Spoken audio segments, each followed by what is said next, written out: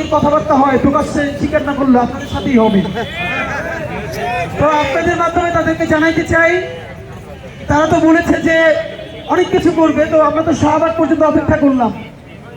পরে চিন্তা করলাম, প্রথম চিন্তা করেছিলাম কোনো অফিস যাব না, পরে বলবে যে শাহবাগ থানার সামনে বসে থেকে বিরাট একটা ভাবতে খেয়ে চলে গেছে, কিন্তু তারা তো কেউ আসলো না। আওয়ামী লীগের দশা হয়েছে 1971-এর মতো। মহান মুক্তিযুদ্ধে যে আমি হরতাল ডাকতে তোরা গিয়ে ঘুমা, এরপরে সুটকেস গুছিয়ে পাকিস্তান চলে গেছে। আর তার সুযোগ্য কন্যা নিজে দিল্লি, ছেলে আমেরিকা, মেয়ে লন্ডন, এইখানকার মানুষগুলো রাস্তা নামাই দিতেছে 5,000 আর 8,000 টাকা দিয়া। আওয়ামী লীগের সাথে বাংলাদেশের ঐতিহ্যগতভাবে প্রতিষ্ঠা থেকে তার কোনো শিকড়ের সম্পর্ক নাই। যদি শিকড়ের সম্পর্ক থাকতো তাহলে এই গণ প্রতিরোধের পর সে দেশে থেকেই মানুষের সাথে লড়াই করত। বন্ধুরা, গত 16 বছরে বিএনপি, জামাত ইসলামী, অন্যান্য রাজনৈতিক দল এমন কোন অত্যাচার নাই যার শিকার হয় নাই। গুম, খুন, হত্যা, ধর্ষণ, আয়নাঘর, এরপরেও তো তারা তাদেরকে যে পেয়ারে পাকিস্তান বলা হয়েছে, পাকিস্তান গিয়ে অ্যাসাইলাম চায় না। এই মাটিতে থেকে তারা লড়াই করেছে, স্ত্রী সন্তান মাকে হারিয়েছে, তারপরেও তারা লড়াই করেছে। এই শাহবাগে মবতন্ত্রের মাধ্যমে যে ক্যাঙ্গারু কোর্ট করে জুডিশিয়াল কিলিং করা হয়েছে, জামাত ইসলামী এবং বিএনপির সালাউদ্দিন কাদের চৌধুরী থেকে শুরু করে তারা চাইলে বিদেশ চলে যেতে পারতেন, কিন্তু তারা নিজের দেশের কমিটমেন্টের কারণে দেশে থেকে লড়াই করেছেন। এই ক্যাঙ্গারু কোর্টকে ফেস করে হাসতে হাসতে ফাঁসির মঞ্চে চলে গিয়েছেন। তাহলে হাসিনা দেশে আসতে ভয় কিসের? হাসিনা তো বলে এই দেশ তার বাপে বানাইছে, আর এই যে আন্তর্জাতিক অপরাধ ট্রাইব্যুনাল সেটা তো সেই বানাইছে। এইখানকার নিয়ম কানুন আওয়ামী লীগের এবং দিল্লির ন্যাশনাল স্যাররা বানাইছে। এখন পর্যন্ত এখানে আমলাতন্ত্র, এখানে আর্মি, এখানে জুডিশিয়ারি সবকিছুই আওয়ামী লীগের এস্টাবলিশমেন্ট আছে।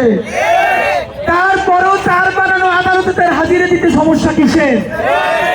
আমরা আর একটা শাহবাগতন্ত্র কায়েম করতে চাই না, আমরা হাসিনার ফাঁসি চাই না, বিচার চাই।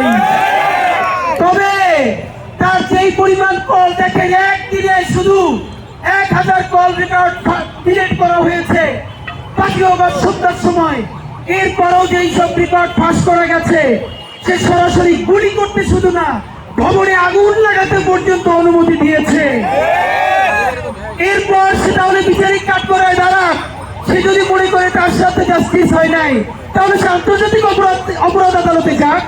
কিন্তু যেই দেশ তার বাপে বানাইছে, যেই মুক্তিযুদ্ধ তার পার্টি করছে, আর যেই উন্নয়ন সে দিছে, এরপরও তাহলে তার এখানে আসতে এত ভয় কিসের? আপনাদেরকে বলতে চাই, হাজার হাজার কোটি টাকা যে আওয়ামী লীগ পাচার করেছে গত 15 বছরে সিঙ্গাপুর, মালয়েশিয়ার মতো দেশে, আপনারা ভাবেন হাউজিং ব্যবসা সব বাংলাদেশে আওয়ামী লীগের গুন্ডাগুলো দখল করেছে। কানাডা, আমেরিকা, অস্ট্রেলিয়া বেগম পাড়া বানিয়েছে।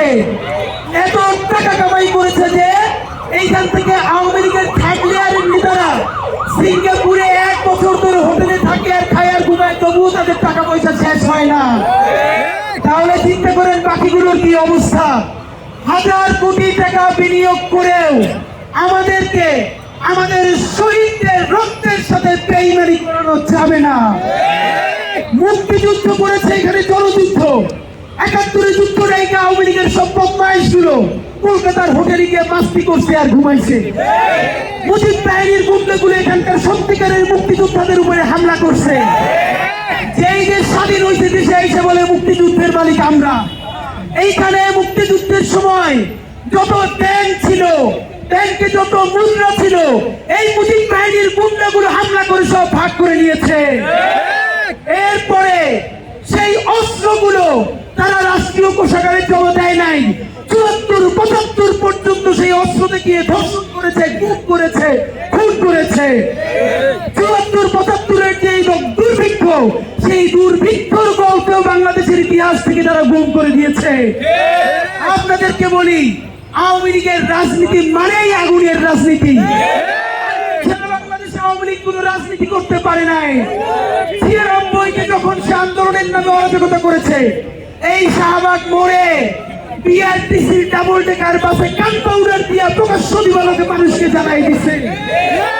এরপরে হরতালের নামে চালাও পোড়াও যত তো করেছে, গত 15 বছরে বাংলাদেশের বিরোধী দল যত আন্দোলন করেছে প্রত্যেকটাই পঙ্কজ দেবনাথের বিহঙ্গ নিজেদের গাড়িতে নিজের আগুন লাগে।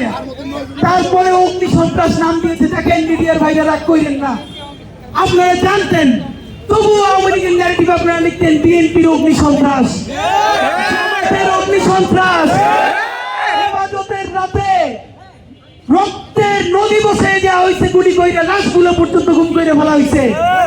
সেইটার প্রতিরোধ করতে গিয়ে আমার ভাইয়েরা গাছ কাইটা প্রতিরোধ করার চেষ্টা করছে, পরের দিন আসছে তারা গাছ কাইটা হেফাজতের তাণ্ডব। অথচ হেফাজতের রক্তে যে নদী হয়ে গেছে সেটা কেউ করেন নাই। আপনাদের কাছে জিজ্ঞাসা করতে চাই, হেফাজতের গাছ কাটায় যদি তাণ্ডব হয়, বিএনপি জামাত ইসলামীর গণতান্ত্রিক আন্দোলনে আওয়ামী লীগ আগুন লাগাই দিয়ে যদি সেটা তাদের আগুন সন্ত্রাস হয়, তাহলে পরশু গণহত্যাকারী আওয়ামী লীগ ময়মনসিংহের একজন ড্রাইভারকে আগুন লাগিয়ে কয়লা বানাই ফেলছে। একটা মিডিয়া আপনারা লেখেন নাই যে আওয়ামী লীগের আগুন সন্ত্রাসী একজন মরে গেছে। বাংলাদেশের একটা মিডিয়া আমার সেই পুড়ে যাওয়া লাশটাকে নিয়ে একটা ডকুমেন্টারি করেন নাই। 3-4 মিনিটের একটা প্যাকেজ আপনারা তাকে নিয়ে বানান নাই। বন্ধুরা আমার, বিচারিতার একটা সময় আছে। এখন আবার যারা লকডাউন দিয়েছে সেই 71-এর মতন সুটকেস গুছিয়ে চলে গেছে, তার মেয়ে সুটকেস গুছিয়ে চলে এখন অনলাইনে একটা লকডাউন চলে। অনলাইনে তারা প্রতিদিন সব ছিঁড়ে ফেলে ফেলায়। বাংলা মোটর বইসে বলে জয় যাত্রাবাড়ি গিয়ে বলে বাংলা। আমায় একটা আপনাদেরকে পরামর্শ দেই, আওয়ামী লীগের নেতা কর্মীরা চাইলে দিল্লিতে একটা ম্যারাথন প্রোগ্রাম করতে পারে। দৌড়িয়ে ম্যারাথনে চ্যাম্পিয়ন হওয়া যায়, এইটাই এখন তারা চ্যাম্পিয়ন হইতে পারবে। বাংলাদেশের যেসব রাজনৈতিক দল ভোটের রাজনীতির কারণে বলতেছেন আওয়ামী লীগের মামলা তুলে নিবেন, তাহলে স্বীকার করেন আওয়ামী লীগের কাছ থেকে টাকা খাওয়ার জন্য আপনারা গত 1 বছরে তাদের বিরুদ্ধে মিথ্যা মামলা করেছেন। আমার কোন শহীদ ভাই বন্ধু মিথ্যা মামলা করে নাই, কারণ তার সন্তান তো মারা গেছে।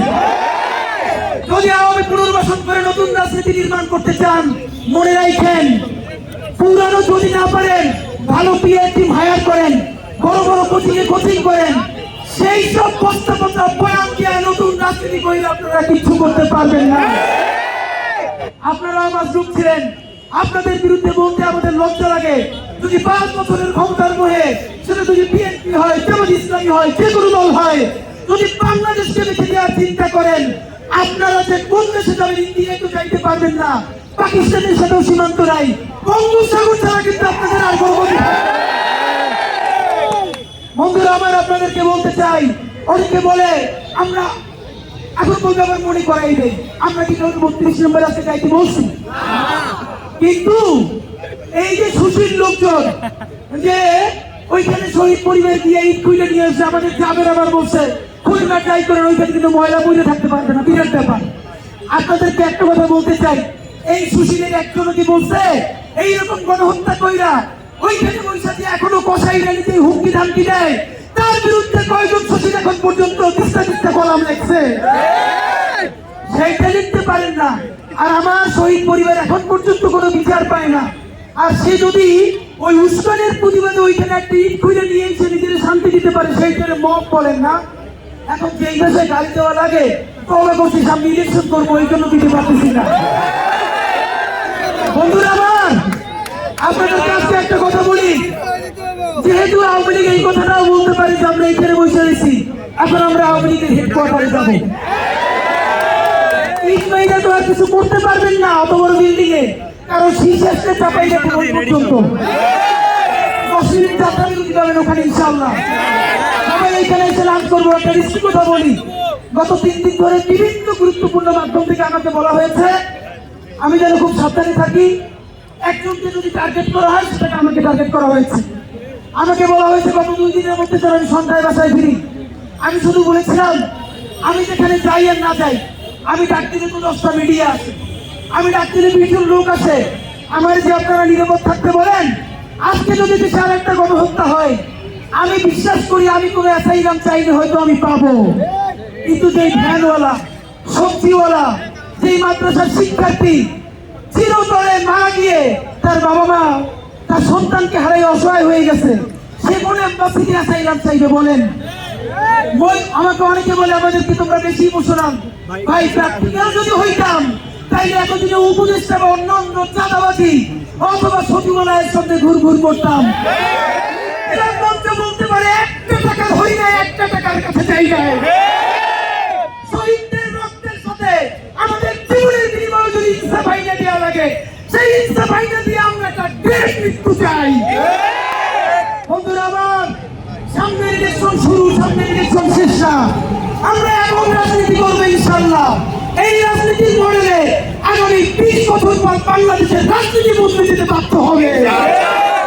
বন্ধুরা আমার, আজকে আমি আপনাকে বলতে চাই, আমি নিজেকে এখানে টুল হিসেবে ব্যবহার করছি।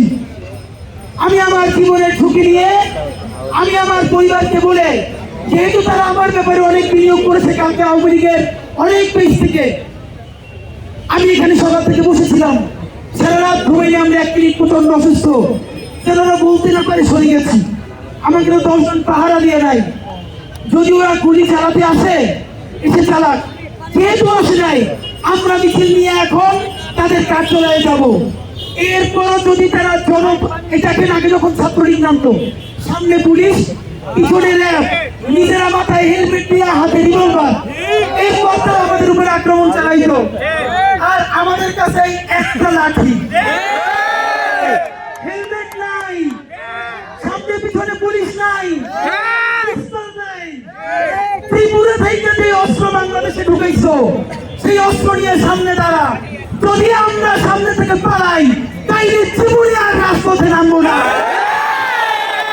তোরা যদি আজকে না নামো, তাইলে বাংলাদেশের রাজনীতিতে তোদের আর কোনো ভবিষ্যৎ থাকবে না।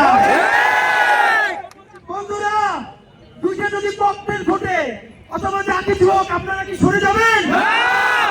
আর তুলে ওটা করেন, শেষ পর্যন্ত লড়াই করবেন।